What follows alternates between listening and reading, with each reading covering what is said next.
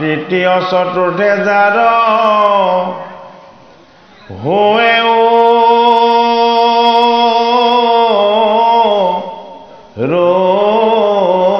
ৰোদয় হে নাভি দেখে পঞ্চম হস্ত সেব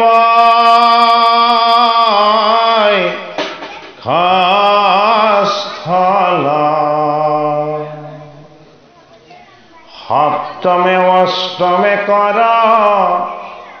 কমল যুগল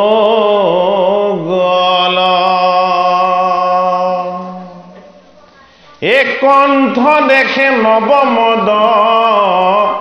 সমেজা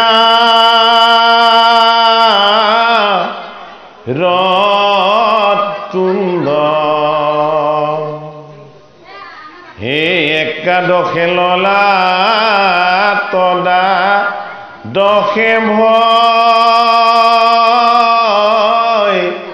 লামুণ্ড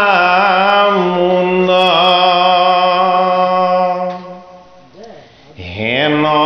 ভাগৱতৰমু ৰুতিম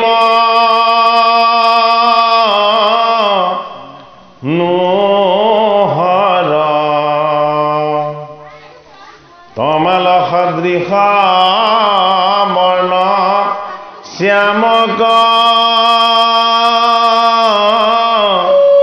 লেৱৰ হৰি ৰাম হে ৰাম ৰাম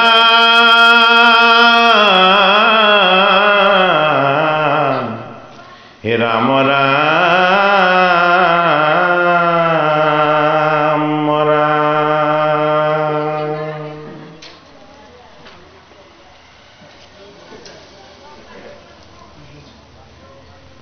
যশোদাৰ দ্বাৰা কৃষ্ণক বন্ধন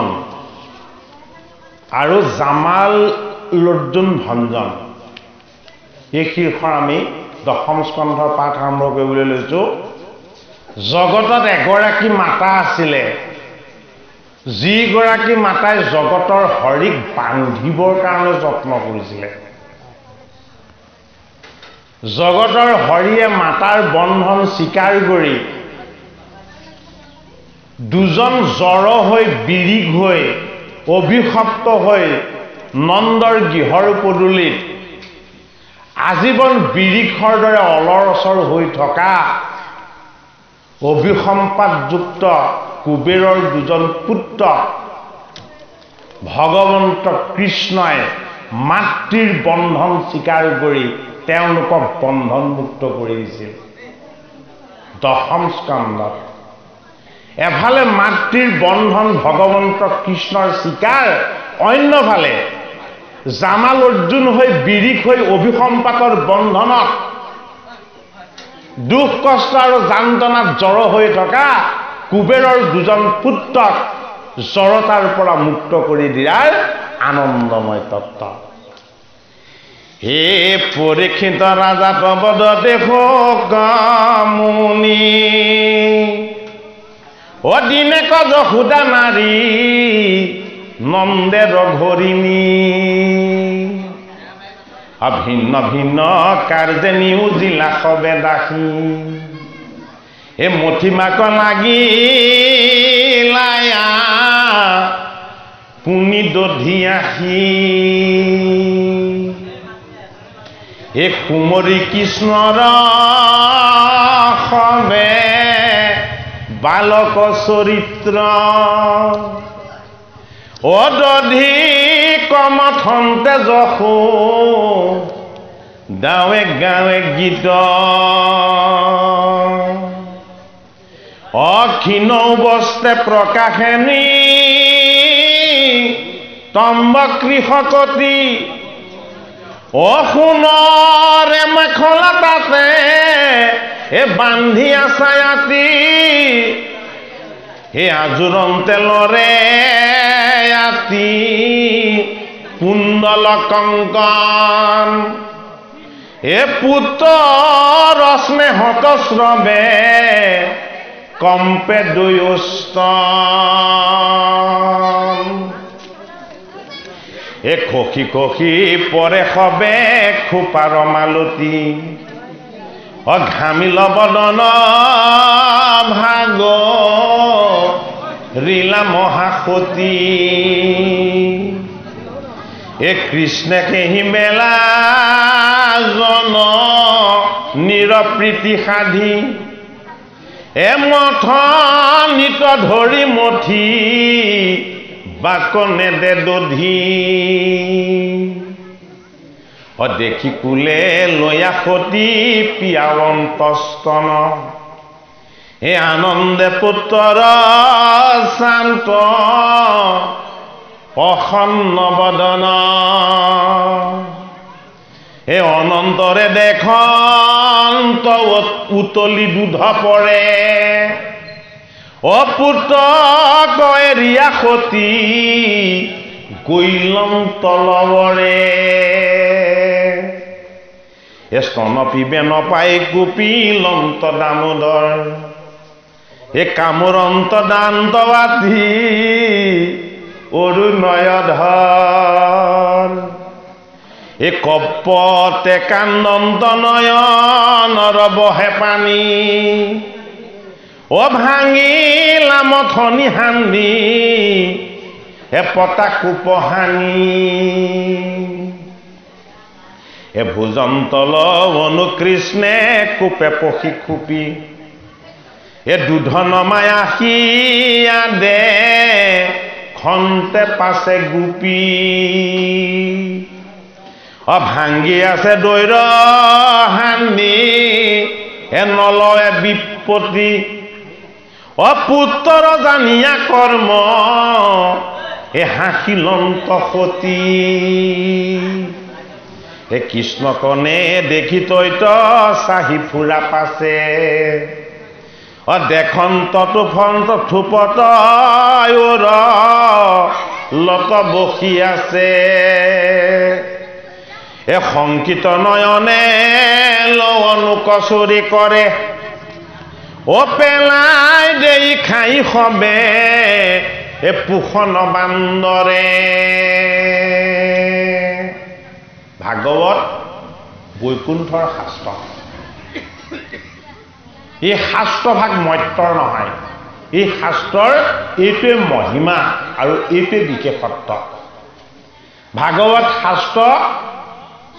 দুটা সম্প্ৰদায়ৰ দ্বাৰা নামিছে এটা হ'ল অনন্ত সম্প্ৰদায় অন্যটো হ'ল নাৰায়ণ সম্প্ৰদায় অনন্ত সম্প্ৰদায়ৰ ভাগত কোনে পাইছিলে অনন্ত নাৰায়ণে কৈছিলে চাৰি সিদ্ধই কৈছিলে সাংখ্যায়ন মুনি হয়নে সাংখ্যায়ন মুনিয়ে কৈছিলে পৰাশৰে দিছিলে মৈত্ৰেয়ৰ পৰা পাইছিলে বিদুৰে এইটো হ'ল নাৰায়ণ অনন্ত সম্প্ৰদায় আৰু অন্য এটা সম্প্ৰদায় হ'ল কি নাৰায়ণ সম্প্ৰদায়ত ভাগৱত প্ৰথম বেকত কৰিছে জগতৰ শ্ৰীহৰি নাৰায়ণে কাক কৈছিলে সৃষ্টিকৰ্তা ব্ৰহ্মাদেৱক কৈছিলে ব্ৰহ্মাদেৱে এই ভাগৱত কাক দিছিলে তেওঁ মানস পুত্ৰ দেৱঋষি নাৰদে এই ভাগৱত কাক দিছিলে প্ৰণেতা পৰমেশ্বৰ বেদব্যাসে ভাগৱত কি কৰিছিলে তেওঁৰ পানৰ পুত্ৰ শুকক পঢ়াইছিলে শিকাইছিলে আৰু বুজাইছিলে সেইটো কাৰণে শুক কি হৈ গ'ল শুক ভাগৱত ৰূপ হৈ গ'ল শুক কি হৈ গ'ল দেহৰ বন্ধনৰ পৰা আত্মা ৰূপ হৈ গ'ল শুক কি হৈ গ'ল শুক জড় বন্ধনৰ পৰা মুক্ত হৈ গ'ল সেইটো কাৰণে শুকে বসন পৰিধান নকৰে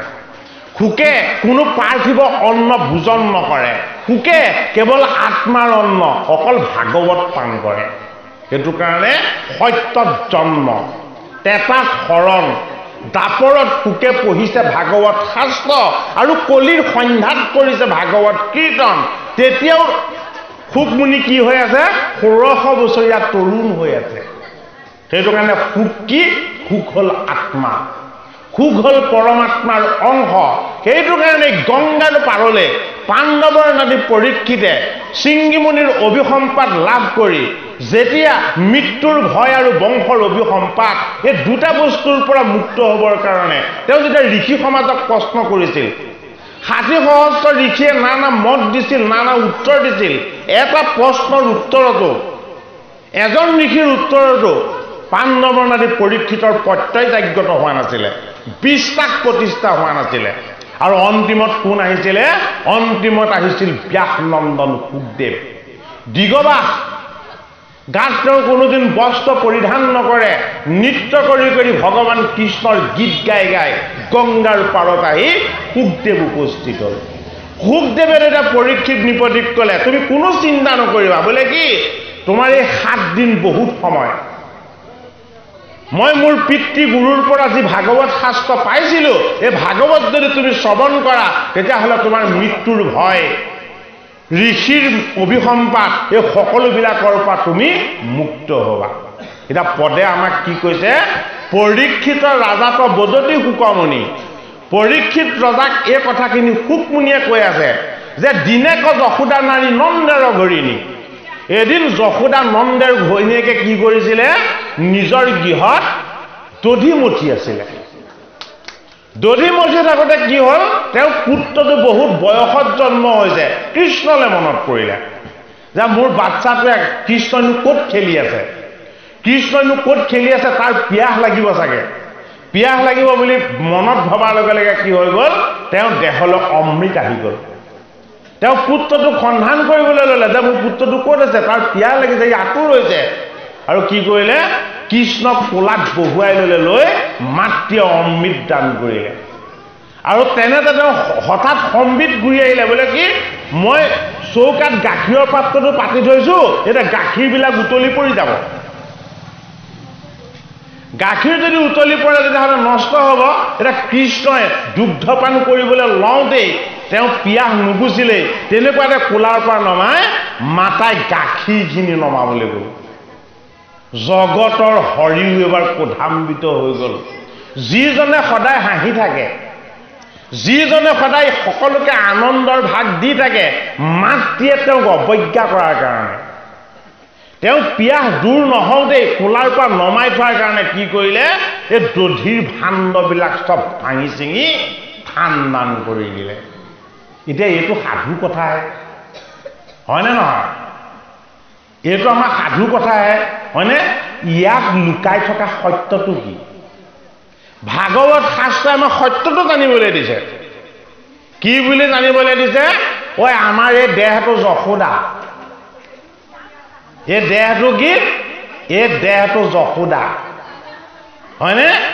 এই প্ৰাণ হ'ল এই দেহৰ পুত্ৰ আৰু পিতৃ সেইটো কাৰণে প্ৰাণ কি প্ৰাণ হ'ল কৃষ্ণ এই দেহে কৰা কৰ্মবিলাকৰ যিটো বৃত্তি এই বৃত্তিটো হ'ল নন্দ সেইটো কাৰণে বৃত্তিটো স্বামী কৰ্মৰ আনন্দটো হ'ল নন্দ কৰ্ম কৰিবৰ কাৰণে সেবিকা দেহা হ'ল যশোদা এই দুইটাকে প্ৰতিপালন কৰি থকা আত্মাৰূপী কৃষ্ণ কৃষ্ণ কি এফালে পৰমাত্মা ইফালে আমাৰ ভাৱ আৰু চিন্তনৰ পুত্ৰ সেইটো কাৰণে কৃষ্ণৰ এটা নাম হ'ল মাখন চোৰ মাখন মানেনো কি মাখন মানে কি গাখীৰ কি কৰিব লাগিব গৰম কৰিব লাগিব উতলাব লাগিব তাৰপৰা কাঢ়িব লাগিব হয় নহয় কাঢ়ি আকৌ তাক কি কৰিব লাগিব এটা চিষ্টেমেটিক প্ৰচেছত যাব লাগিব গাখীৰত যিমানবিলাক বৰ্জিত বস্তু থাকে এই বৰ্জিত বস্তুখিনি গাখীৰতে ৰখাই কেৱল যিখিনিয়ে এগছ চাকি জ্বলাব পৰা হ'ব এগছ বন্তি জ্বলাব পৰা হ'ব এই ইন্ধনকণ শক্তিকণ সামৰ্থ্যকণ সেইকণ কি সেইকণ মাখন এই অমৃতৰূপী মাখনকণহে ভগৱান কৃষ্ণই খায় গাখীৰত থকা পানী আৰু বৰ্জিত বস্তুবোৰ কৃষ্ণই নেখায় সেইটো কাৰণে ম মানে মধুৰতা খ মানে কোমলতা আৰু মধন্য ন মানে সৰলতা মধুৰতা কোমলতা আৰু সৰলতা এই তিনিটা বস্তু একেলগে মাখন সদৃশ সেইটো কাৰণে কি কৃষ্ণ মধুৰ কৃষ্ণ কিয় মধুৰ কৃষ্ণ নিৰ্গুণ পৰমাত্মা কৃষ্ণ কি কৃষ্ণ শিশু হৈ দেখাইছে যদিও তেওঁ জগতৰ পিতা তেওঁ সৰল সহজ হৈ দেখাইছে হয়নে কৃষ্ণ মহাকাল গোটেই জগতক সংহাৰ কৰাৰ শক্তি সামৰ্থ্য আছে কিন্তু তেওঁ কি হৈছে তেওঁ অত্যন্ত কোমল হৈছে নৰম হৈছে বলে কি এই জগতখনক তেওঁ প্ৰতিপালন কৰি দেখাইছে সকলোকে তেওঁ প্ৰেম কৰি দেখাইছে এইটো কাৰণে ভাগৱত শাস্ত্ৰই শাস্ত্ৰভাগত লুকাই থকা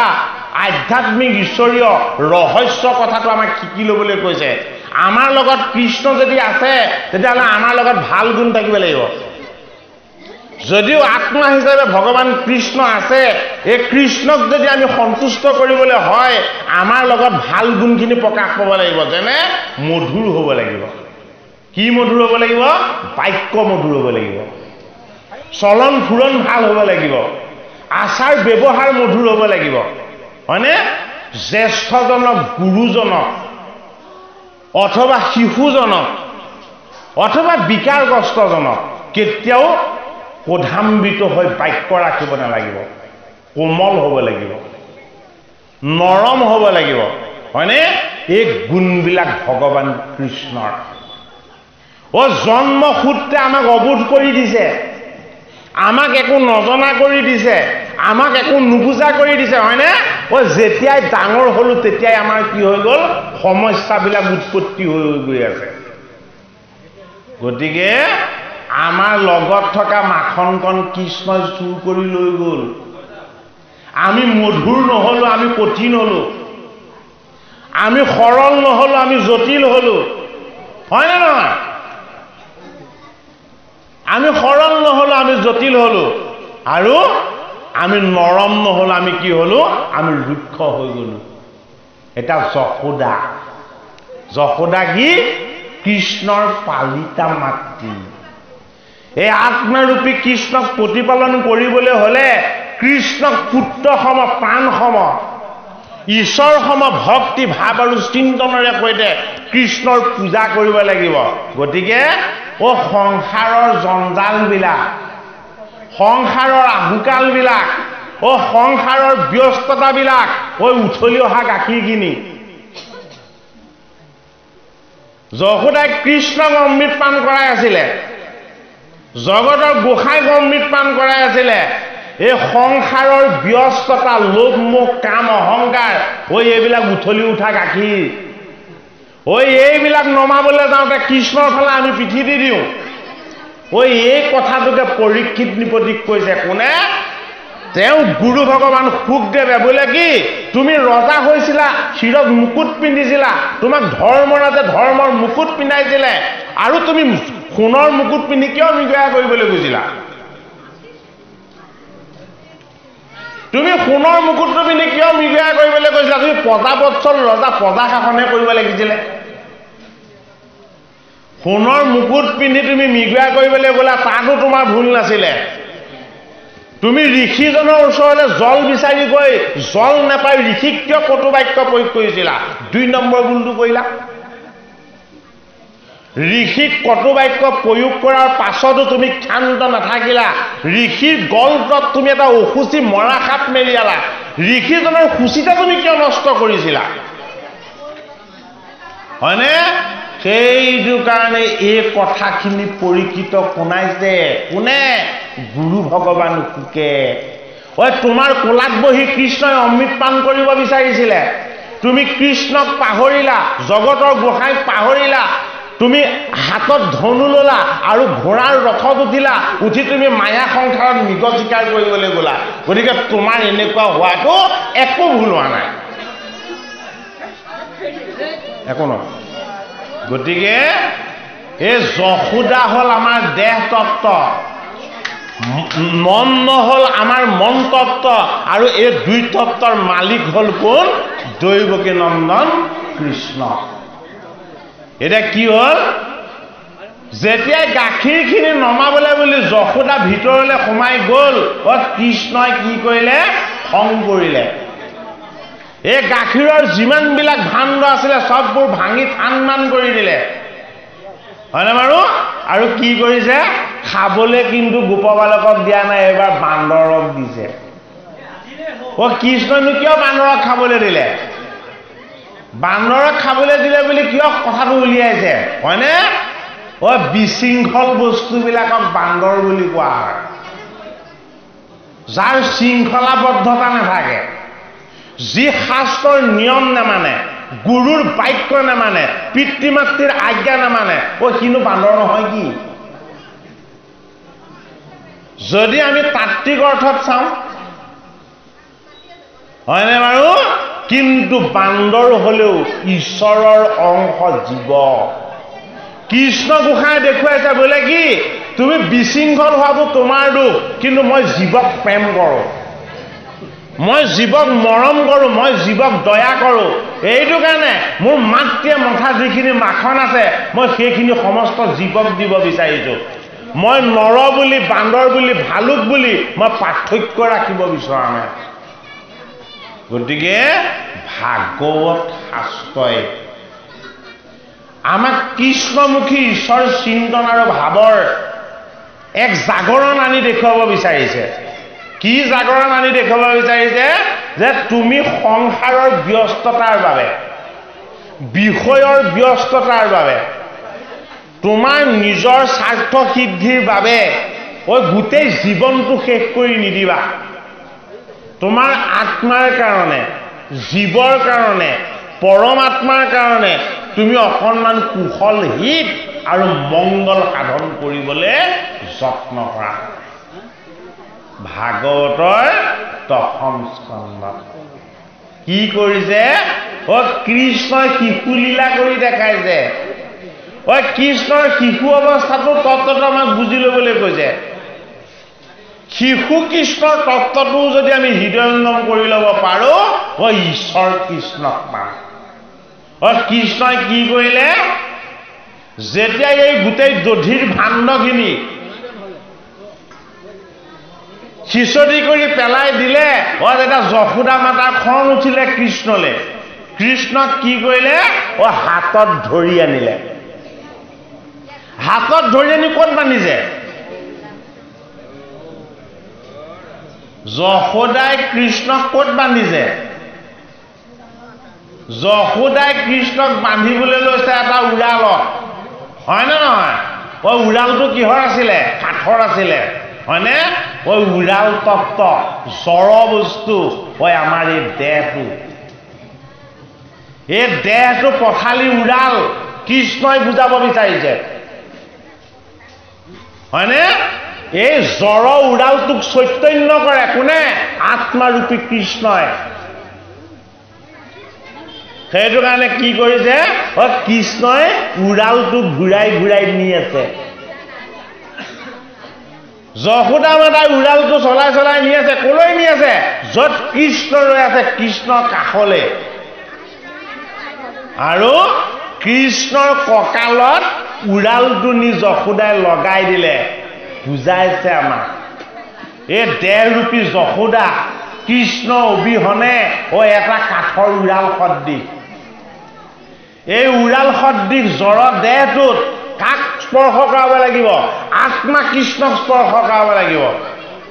গতিকে আত্মা কৃষ্ণক স্পৰ্শ যদি কৰাবলৈ হয় কৃষ্ণক বান্ধি দেখুৱাইছে উৰালটো যশোদাই গোটেই দিনটো ঘৰৰ ৰছী আনিছে আৰু জোৰা দিছে কৃষ্ণক বান্ধিব পাৰিছে জানো ঘৰত যিমান জৰি আছিলে সকলো আনিছে কৃষ্ণক বান্ধিবৰ কাৰণে ৰছী জোৰা দি আছে হয়নে বাৰু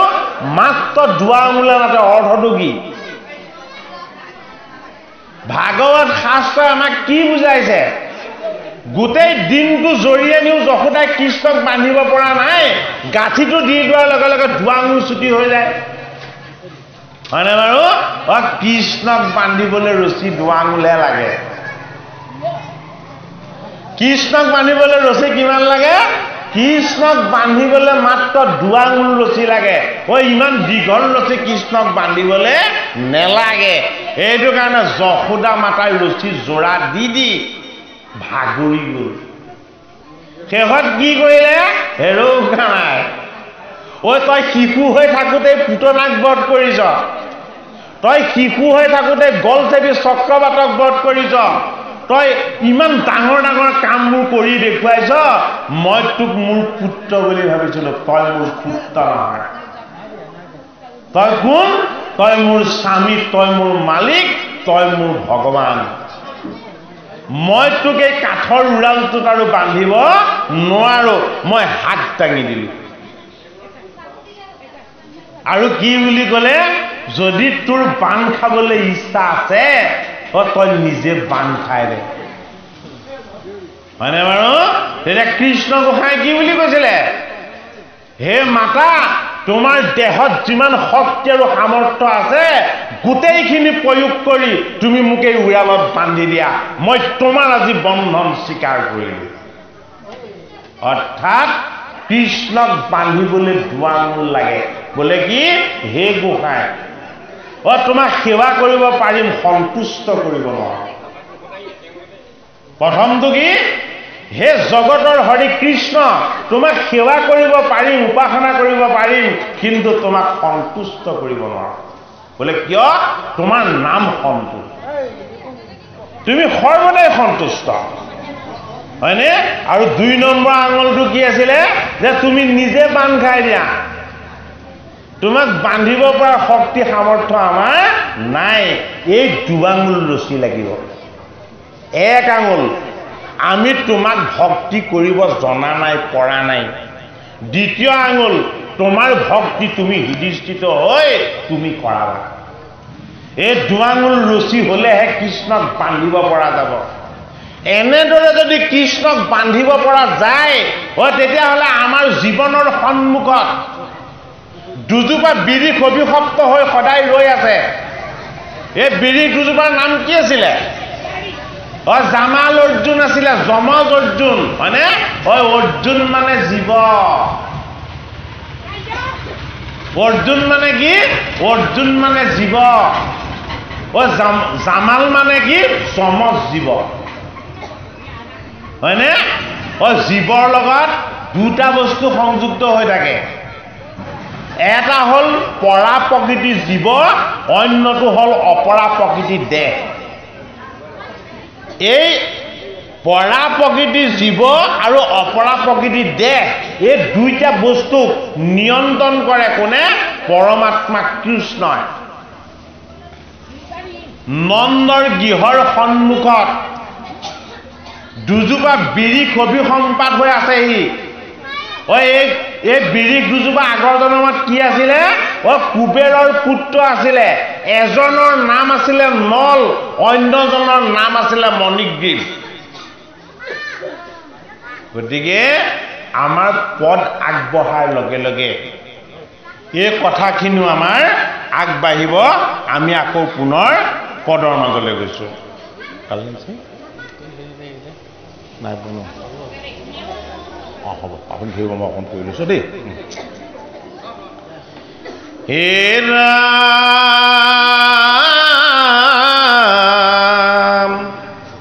হে ভুজন্তলৱনো কৃষ্ণে হে কুপে পখি খুপি হে দুধন মায়াসী আদে খন্ত পাছে গোপী গাখীৰখিনি নমাই থৈ আহি কৃষ্ণ গাখীৰখিনি নমাই থৈ আহি যশোদাই দেখিছে গোটেইখন একেবাৰে বগা কৰি থৈছে দধিৰ যিমানবিলাক ভাণ্ড আছিলে চব মৰিয়াই মৰিয়াই ভাঙি দিলে বোলে কি এইখিনিৰ কাৰণেহে তই মোক পাহৰিছিলি এই দধিত দুগ্ধ এইবিলাকৰ কাৰণেহে তই মোক নমাই কোলাৰ পৰা নমাই তই গাখীৰ নমাবলৈ কৈছ কিন্তু পুত্ৰক তই পিঠি দিছ হয়নে এটাইতকৈ বেছি ক'ত গুৰুত্ব দিব লাগিছিলে গুৰুত্ব দিব লাগিছিলে নিজৰ সন্তানটোত ইন্ধন নিদিলে ক'ত দিলে মাটি কিনাত লাগিলে ঘৰ কিনাত লাগিলে গাড়ী কিনাত লাগিলে সন্তান যেতিয়া চৰিত্ৰহীন হৈ জেলত থাকিব লগা হ'ল সেই পইচা উকিলক দিওঁতে শেষ হৈ থাকিলে হয়নে নহয় সেইটো কাৰণে আপোনালোকৰ কোলাৰ কেঁচুৱাটো সৎ চৰিত্ৰৰ সৎ স্বভাৱৰ সৎ আচৰণৰ ঈশ্বৰৰ অংশ শুদ্ধ জীৱৰ ৰূপ দিবলৈ অৰ্থ ব্যয় কৰক সিহঁতৰ কাৰণে ডাঙৰ ঘৰ বনাই গাড়ী কিনি পাৰ্থিৱ সম্পত্তি কিনি যদি ধন খৰচ কৰিছে তেতিয়াহ'লে এদিন সিহঁতে জুৱা খেলি গোটেইখিনি আদায় কৰি দিব ভাগৱত শাস্ত্ৰই আমাক দেখুৱাইছে যে হে মাতা যশোদা তুমি এই সম্পত্তিবিলাক কাৰ কাৰণে ঘটিছা ইমান বৃদ্ধ বয়সত মই কৃষ্ণ তোমাৰ কোলালৈ আহিছো তুমি মোক নমাই গাখীৰ নমাবলৈ কৈছা তোমাৰ গাখীৰ উতলি পৰি দেই যাওক একো ক্ষতি নহয় কিন্তু এই কৃষ্ণৰ যদি অনিষ্ট হয় তুমি গোটেই জীৱনটো কান্দি থাকিলেও ঘূৰাই নাপাবা গতিকে ভাগৱতে কৈছে প্ৰথম মানৱ সম্পদ এই পৰীক্ষিতক যদি সুখদেৱে মৃগয়া কৰাৰ আগতে লগ পালেহেঁতেন পৰীক্ষিতে অভিসম্পাত নাপালেহেঁতেন হয়নে বাৰু সেইটো কাৰণে আমি ভক্তিৰ সংস্কাৰ ভাগৱতমুখী ঈশ্বৰীয় সংস্কাৰ আমি সৰুৰে পৰা পাব লাগিব যদি সৰুৰে পৰাই আমি ঈশ্বৰীয় সংস্কাৰবিলাক নাপাওঁ ভাল স্বভাৱ ভাল চৰিত্ৰ ভাল আচৰণযুক্ত আমি নীতি শিক্ষাবিলাক যদি আমি শৈশৱতে নলওঁ বৃদ্ধ হ'লে ল'ৰা ডাক্তৰ ইঞ্জিনিয়াৰ হ'ব আৰু মাক দেউতাকক নি ক'ত থ'ব গেষ্ট হাউচত ৰাখিব বৃদ্ধাশ্ৰমত ৰাখিব লগত ৰাখিবলৈ কিন্তু ইচ্ছা নকৰিব কাৰণ শৈশৱতে সিহঁতক সেইবিলাক শিক্ষাৰ পৰা বঞ্চিত কৰি দিয়া হৈছে গতিকে আমি এতিয়াও ভাগৱত গীতাৰ কথা শ্ৰৱণ কীৰ্তন কৰি আমাৰ কায় বাক্য আৰু মনক ঈশ্বৰমুখী কৰি আমাৰ গাঁওখনক আমাৰ ঘৰখনক আমাৰ সমাজখনক আমি যাতে এই জগত সেৱাৰ কাৰণে মানৱ সেৱাৰ কাৰণে সকলোৰে কল্যাণৰ কাৰণে যাতে আমি মানৱ সম্পদখিনি কি কৰিব পাৰোঁ আগবঢ়াই নিব পাৰোঁ ভগৱান কৃষ্ণৰ দশম স্কন্ধৰ লীলাই আমাক কি শিকাব বিচাৰিছে যে তোমাৰ শিশুটি কৃষ্ণৰ দৰে প্ৰাণৰ কৃষ্ণৰ দৰে আদৰৰ কৃষ্ণৰ দৰে স্নেহৰ তাক তোমাৰ বেয়া আচৰণৰ কাৰণে কংস হ'বলৈ নিদিবা হিৰণ্যকশিপু হ'বলৈ নিদিবা প্ৰহ্লাদৰ নিচিনা ধ্ৰুৱৰ নিচিনা সৎ চৰিত্ৰৱান হ'বলৈ তাক সৎ শিক্ষা দিয়া হে ৰাম কৃষ্ণকনে দেখি তৈত এ চাহি ফুৰা পাছে এ দেখন্তটো পথুপতয়ুৰ লত বসি আছে এ সংকীত নয়নে লৱনো কচুৰি কৰে পেলাই দেই খাই খাবে এ পোষণ বানৰে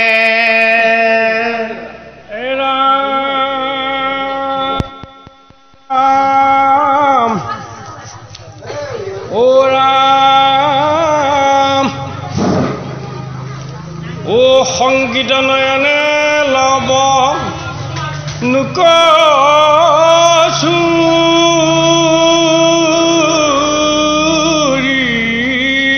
কৰে ও পেলা দেখা হবে পোষণ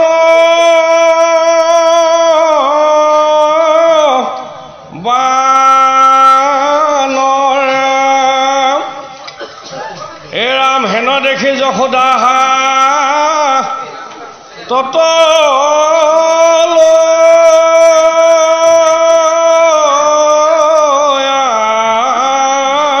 বাৰী ও জুপি জুম্পি জান্ত পিপ ৰাৰু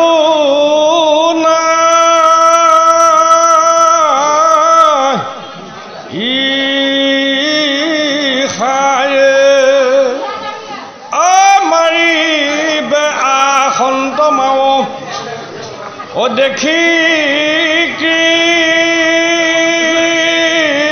কৃষ্ণ দৰে ও দিলন্তল বৰ ভিৰে নামি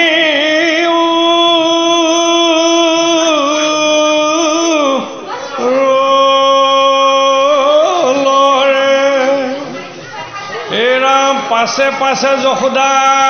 পুত্ৰকনে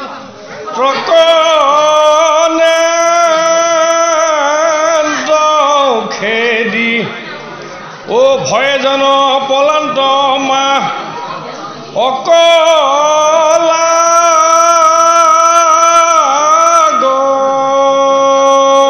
গনেদি এ যোগী যাক নাপাবে নি মলম সদা ও হেন মাধৱক দেখি খেদি ফুৰন্ত যশোদা কৃষ্ণ যশোদা মাতাই এই দধিৰ ভাণ্ডবিলাক পাত্ৰবিলাক যেতিয়া ভাঙি পেলাইছে তেতিয়া খং কৰিছে কৃষ্ণ পলাই কৈ উঠিলেগে ও থিয় কৰি থকা উৰালটোত গৈ কৃষ্ণ উঠি আছেগে কিয় উঠিছে ও মাতৃয়ে যাতে তেওঁক শাস্তি দিব নোৱাৰে এতিয়া ভাগৱতৰ পদে কি কৈছে যে কৃষ্ণ কিমান প্ৰেমময় এবাৰ চাই লোৱা যিজন কৃষ্ণৰ কটাক্ষত কোটি কোটি ব্ৰহ্মাণ্ড সৃষ্টি হয় যিজন কৃষ্ণ সনক সনন্দ সনাতন সনক কুমাৰ 12 জন বৈষ্ণৱ 14 জন পাৰিষদ 6 জন ভকত সিদ্ধগণ মুনিগণ সাধুগণ সন্তগণ যিজন কৃষ্ণক সদায় নমো নমো কৰি উপাসনা কৰি থাকে সেইজন যোগেশ্বৰ কৃষ্ণই নৰৰ ৰূপলৈ আহি নন্দৰ গৃহত যশোদা মাতাৰ ভয়ত কম্পমান হৈ দেখাইছে কিয় ও কৃষ্ণটো কিয় ভয় খাই দেখাইছে কৃষ্ণ এইটো কাৰণে ভয় খাই দেখাইছে বলে কি মোক যি ভক্তি কৰে মই তালৈ ভয় কৰোঁ বলে মই কিয় তালৈ ভয় কৰোঁ বলে মোক ভক্তি কৰাজন মই মোতকৈও বেছি শ্ৰেষ্ঠ বুলি ভাবোঁ সেইটো কাৰণে যশোদা হল একান্ত ভক্ত এই কৃষ্ণই বহুত জন্মৰ সঞ্চিত পুণ্যৰ কাৰণে যশোদা মাতাৰ কোলাত আহি যশোদা অমৃত পান কৰিছে বৰ ডাঙৰ ৰহস্য কথা এটা। কৃষ্ণটো যশোদাৰ নিজৰ পুত্ৰ নহয়, হয়নে নহয়? হা? যশোদাই কি জন্ম দিছিলে? যশোদাই পুত্ৰ জন্ম দিয়া নাছিলে নহয়। হা? হা? আৰে যোগমায়াকো যশোদাই জন্ম দিয়া নাই। যোগমায়াও বসুদেৱ দৈৱকী কন্যাই।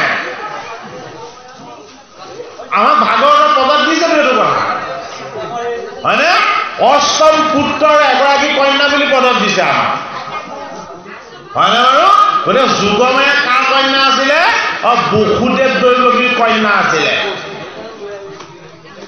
ভাগৱত শাস্ত্ৰই এটা ডাঙৰ শিক্ষা দিব বিচাৰিছে, শুনি লওক কথাটো।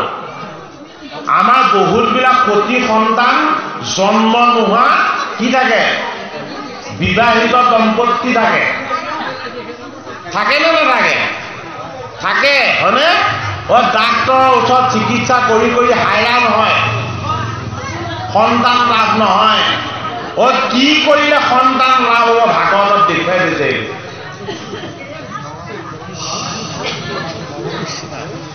কি কৰিলে সতী সন্তান নোহোৱা নাৰীগৰাকী বা দেৱীগৰাকীৰ কোলালে সন্তান এটা আহিব, সেইটো ভাগৱত শাস্ত্ৰত দেখুৱাই দিছে।